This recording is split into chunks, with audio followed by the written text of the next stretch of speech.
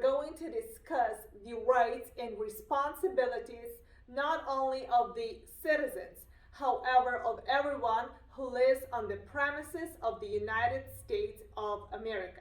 So let's move to our lessons and talk about all the details. The Constitution established the United States as a democratic republic. This means that our government, both local and state, is elected by the citizens. And voting is one important way that we can all participate in our democracy. Besides voting for officials or people, we also vote on issues. Voters can make changes to the community where they live. For example, they would love to add some new schools or build new roads, and therefore we can get in touch with the local officials, representatives, when we would love to change a law or support a law. For example, in a state where we live, our governor is elected by the people that live in that state. And that person is elected for a certain amount of years. And after that period, again, the people of that state choose another governor. Whenever we vote for a president in federal election, a citizen must be 18 years old or older. Voting in an election and contacting our elected officials are two ways when Americans can participate in democracy. In order to become a U.S. citizen, a person must successfully complete the naturalization process. However, first, the person must be eligible in order to apply for that process. And there are certain requirements that a person must meet in order to be eligible to apply. And let's take a look at those requirements. Number one, be a permanent resident who has lived in the United States for a certain period of time. The next one, have a good moral character and understand and support the Constitution of the United States. Number three, complete an eligibility interview with the USCIS officer and pass the English and CIVICS tests. And number four, take the oath of allegiance at a naturalization ceremony. And whenever the person takes the oath of allegiance, that means that that person promises loyalty to the United States as well as the other promises. Give up loyalty to other countries, defend the Constitution and laws of the United States, obey the laws of the United States, serve in the U.S. military if needed, serve the nation if needed, and be loyal to the United States. Let's take a look at the rights and responsibilities of the U.S. citizens only. There are two major responsibilities that apply only to the citizens of the United States. The first one is to vote in federal elections. Voting in federal elections is actually very important part of any democracy. And even the law does not require citizens to vote, still by voting, citizens are participating in the democratic process. And the second responsibility is to serve on a jury. So the jury is a group of citizens in a courtroom that listens to a trial.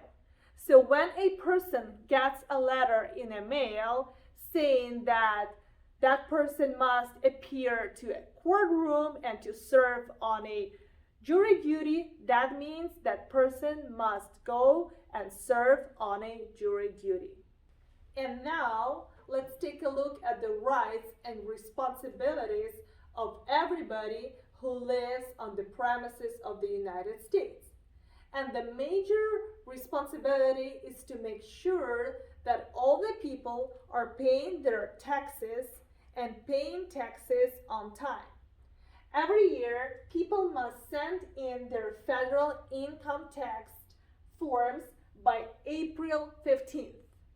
The Constitution gave the power to the federal government to collect taxes, and that money is used to pay off nation's debt or to provide for the needs of all the people that live in the country. Another major responsibility that applies to all the men in America is to make sure that they register for the Selective Service. All men between the age of 18 and 26 years old must register for the Selective Service. When a man registers for the Selective Service, he promises the United States that he is available to serve in the U.S. Armed Forces. He can register at the United States Post Office or on the internet. And if somebody wants to register on the internet, you can visit the Selective Service website at sss.gov. And as usually, let's try to answer our civics test questions. Question number 1. What is one responsibility that is only for United States citizens? And here you can choose either to serve on a jury or to vote in a federal election. Question number 2. Name one right only for United States citizens. And here again, either vote in a federal election or run for federal office. Question number 3. What are two rights of everyone living in the United States? And here you can pick and choose. It's either freedom of expression, freedom of speech, freedom of assembly, freedom to petition the government, and so on. Question number 4. What is one promise you make when you become a United States citizen? Give up loyalty to other countries, defend the Constitution and laws of the United States. Question number 5. How old do citizens have to be to vote for president? And the answer is 18 years old or older. Question number 6. What are two ways that Americans can participate in their democracy? And the answers are vote, join a political party, run for office, write to a newspaper, and so on. Question number 7. When is the last day you can send in federal income tax forms? And the answer is April 15th. And the last question, when must all men register for the Selective Service? And the answer is at age 18, between age 18 and 26. Thank you so much for being with us today. Please don't forget to subscribe to our channel so you would get notifications about the new videos that are released by Highlands Community Theory and Technical Schools. Goodbye.